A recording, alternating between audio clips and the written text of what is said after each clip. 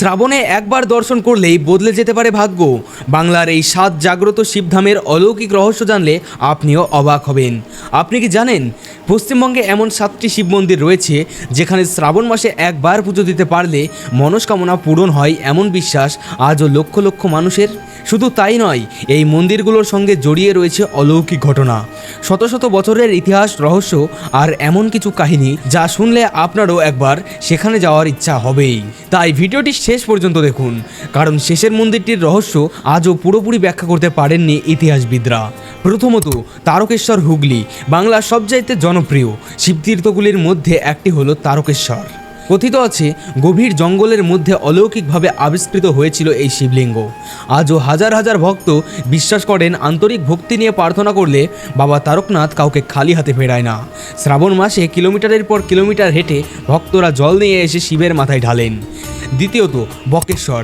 এখানে একই সঙ্গে রয়েছে সতীপীঠ এবং শিবক্ষেত্র, কিন্তু সবচাইতে রহস্যময় বিষয় হলো এখানকার প্রাকৃতিক উষ্ণ প্রস্রব বল। এই বিষয়ে বিজ্ঞানের ব্যাখ্যা দিলেও ভক্তদের বিশ্বাস এই জলে স্নান করলে শরীর ও মন দুটোই পবিত্র হয়। পৌরাণিক কাহিনী অনুযায়ী অষ্টাবক্র মুনির কঠোর তপস্যার সন্তুষ্ট হয়ে এখানে মহাদেব আশীর্বাদ দিয়েছিলেন। তৃতীয়, 108 শিবলিঙ্গ মন্দির। দূর থেকে দেখলে মনে হবে যেন কোনো বিশাল জ্যামিতিক ধাঁধা, কিন্তু কাছে গেলেই বোঝা যায় এটি আসলে 108টি শিব মন্দিরের এক অনন্য সৃষ্টি। বাইরে 74টি এবং ভেতরে 34টি মন্দির। এমন নিখুঁত বিন্যাস ভারতে খুব কমই দেখা যায়। অনেকের বিশ্বাস এই 108টি শিবলিঙ্গ একসাথে দর্শন করলে বিশেষ পুণ্য লাভ হয়। চতুর্থ, একেতেশ্বর বাঁকুড়া বাংলার অন্যতম রহস্যময় শিব মন্দির। এখানে মহাদেব পূজিত হন এক ভিন্ন রূপে। স্থানীয়দের মতে ভক্তদের ডাকে আজও এই মন্দিরে অলৌকিক শক্তির উপস্থিতি অনুভব করা যায়।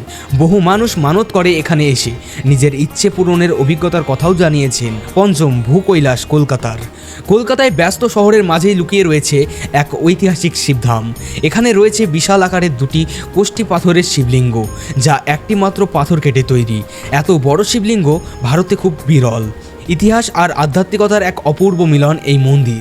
ষষ্ঠ, মহাকাল মন্দির, দার্জিলিং। এই মন্দিরের সবচাইতে বড় বিশেষত্ব কি জানেন? এখানে একই জায়গায় হিন্দু ও বৌদ্ধ 2 ধর্মের উপাসনা হয়। পাহাড়ের চূড়ায় প্রাকৃতিক গুহার ভেতরে অবস্থিত এই মন্দিরকে ঘিরে রয়েছে অসংখ্য অলৌকিক কাহিনী।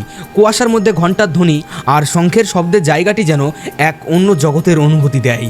এবার আসি সব শেষ মন্দিরে, যেটা প্রথমেই বলেছিলাম সবচাইতে গুরুত্বপূর্ণ। সপ্তম, শিবনিবাস, নদিয়া। এই মন্দিরে রয়েছে প্রায় ফুট উঁচু বিশাল শিবলিঙ্গ, এতটাই উঁচু যে জল ঢালার জন্য ভক্তদের সিঁড়ি বেয়ে উঠে যেতে হয়। শতাব্দীর পর শতাব্দী ধরে এই মন্দিরে শ্রাবণ মাসে হাজার হাজার ভক্ত ভিড় করে এবং মহাদেবের মাথায় আন্তরিক ভক্তি নিয়ে প্রার্থনা করে জল ঢালেন।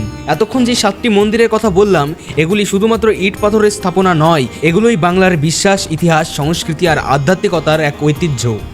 আপনি কি এর মধ্যে কোনো একটি মন্দিরে গিয়েছেন? অবশ্যই কমেন্টে জানান, অথবা আপনার কোন মন্দিরে যাওয়ার ইচ্ছা তা অবশ্যই জানাবেন। আর এমনই আরও ভিডিও পেতে আমাদের পেজটিকে ফলো করে রাখুন, আর আপনার প্রিয় মানুষকে শেয়ার করতে তো একদমই ভুলবেন না।